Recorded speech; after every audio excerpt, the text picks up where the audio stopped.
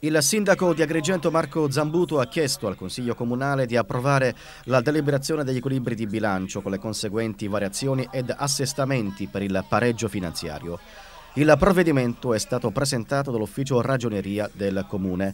Il primo cittadino, nel corso della seduta del Consiglio Comunale, ha illustrato ai consiglieri di Sala Sollano gli interventi attuati dall'amministrazione per evitare il dissesto finanziario.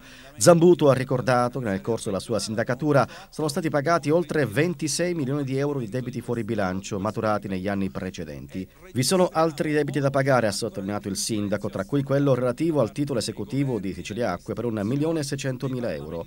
Per non pesare sulle asfittiche casse comunali, Marco Zambuto ha provveduto fin dal suo insediamento a diminuire del 30% l'indennità di sindaco e assessori.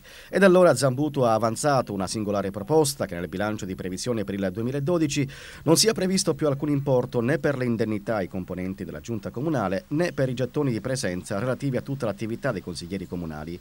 Se ne discuterà in Consiglio entro il prossimo gennaio, a pochi mesi dalle elezioni. E sul nuovo bilancio il sindaco è stato chiaro: per redigerlo siamo in attesa di conoscere quali interventi di ulteriore tassazione prevederà il governo nazionale con nuove imposte locali quali l'ICI e l'IMU, ma resta il fatto che ciascuno di noi, chiamato a vario titolo ad amministrare questa comunità, deve fare prima di tutto la propria parte accettando questa sfida.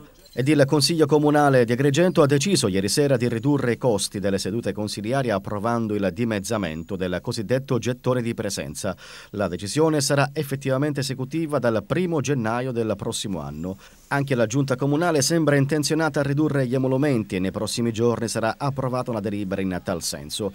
Inoltre l'addizionale IRPEF è stata contenuta allo 0,6 per 1000 rispetto allo 0,8.